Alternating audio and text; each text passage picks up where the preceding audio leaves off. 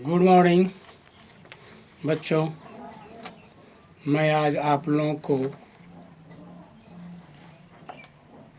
Lesson 4 पेड़ों का कष्ट पढ़ाने जा रहा हूँ। बच्चे, आप पेड़ के बारे में जानते ही हैं। पेड़ के क्या गुण होते हैं, क्या अवगुण होते हैं, सारी बात से आप लोग अवगत ही होंगे। मेरे प्यारे बच्चों, प्रायः हम अपने गुणों से अनजान होते हैं या उनकी अनदेखी कर देते हैं और दूसरों की विशेषताओं से प्रभावित होते हैं। उनके साथ अपनी तुलना करते भी हैं और स्वयं को परेशान भी करते हैं और दुखी भी करते हैं। तो इस कहानी में पेड़ों की कुछ ऐसी ही दशा है, अवस्था है, जिसके बारे में आप जानेंगे।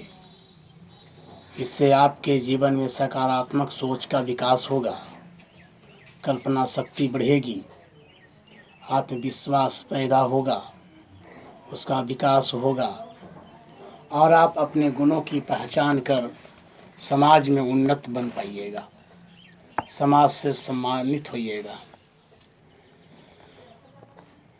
आप लोग को अपने जीवन को यदि सुधारना है तो महापुरुषों की कहानी सुनिए, उनके व्यक्तित्व के प्रेरक प्रसंग को सुनिए और आत्मविश्वासी बनिए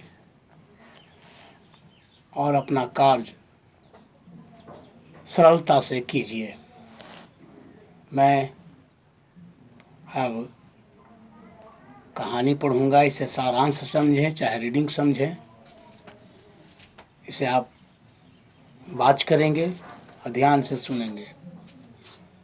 आज चिंटू बहुत खुश था। क्यों खुश था?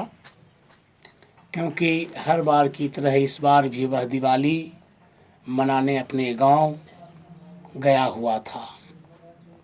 उसके पापा ने ट्रेन में बिठाकर उसे विदा किया। नियत समय पर ट्रेन चल पड़ी और जब उसकी ट्रेन घर पर पहुंची, स्टेशन पर पहुंची, तो चिंटू ने देखा कि दादाजी प्लेटफॉर्म पर खड़े थे उसे लेने के लिए। उन्हें देखकर उसे खुशी का ठिकाना ना रहा। ट्रेन से उतरते ही दादाजी ने उसे गले लगा लिया, प्यार किया और वे दोनों घर की ओर चल पड़े। रास्ते में चलते चलते चिंटू ने दादाजी से कहा, दादाजी, पिछली बार मैंने बगीचे में जो पौधे लगाए थे मुझे वे देखने हैं। पेड़ अवश्य लगाना चाहिए, एक आदमी को एक पेड़ जरूर लगाना चाहिए। उसकी बात सुनकर दादाजी बोले, बेटा, वे पौधे तो बड़े होकर अब पेड़ बन गए हैं, लेकिन अभी तो बहुत देर हो गई है। हम कल सुबह उन पेड़ों को देखने बगीचे में चलेंगे, अभी नहीं। अगले दिन सुबह होते ही चिंटू दादाजी के साथ बगीचे की ओर चल पड़ा। लेकिन जैसे ही वह बगीचे में पहुंचा तो देखा कि पेड़ मुरझाए हुए है। उसे मुरझाए हुए देखकर उसका चेहरा लटक गया। उसने उदास स्वर में पूछा, दादाजी, ये सारे पेड़ पौधे मुरझाए हुए क्यों हैं?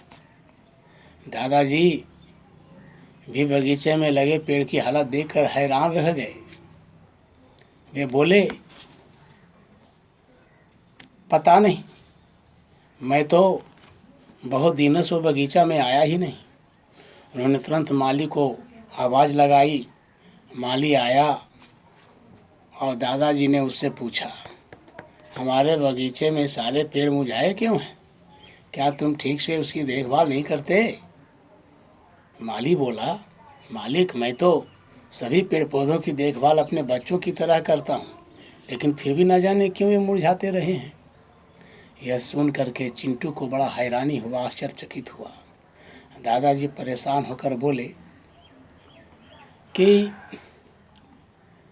चलो इन पेड़ पौधों से ही पूछते हैं कि इन्हें क्या कष्ट है, क्या दुख है और ये मुरझाए हुए क्यों हैं।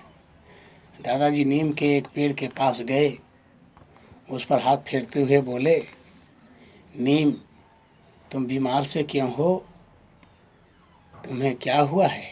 नीम बोला, मैं यह सोचकर उदास हूँ कि मेरे भीतर केवल कड़वाहट ही कड़वाहट है और मैं केवल कड़वी निमोरियों को ही पैदा करता हूँ, लेकिन मेरा साथी आम का पेड़ मीठे मीठे आम पैदा करता है, मैं भी उसकी तरह क्यों नहीं हूँ। चिंटू नीम के वृक्ष को बोलते देखकर हक्का बक्का रह गया। उसने आम के पेड़ की ओर देखा तो वह भी मुरझाया हुआ सा था। चिंटू ने उससे पूछा, तुम क्यों उदास हो, तुम तो फलों के राजा पैदा करते हो ना।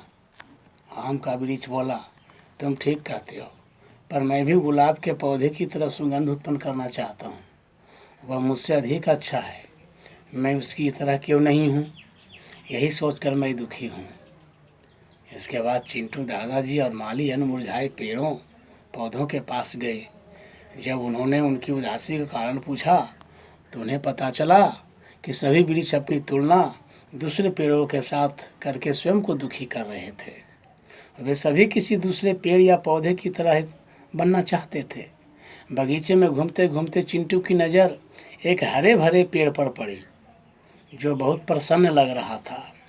उसे देखकर चिंटू के मुंह से निकला, अरे इतने सारे उदास पेड़ों के बीच यह अकेला पेड़ कितना हरा भरा है।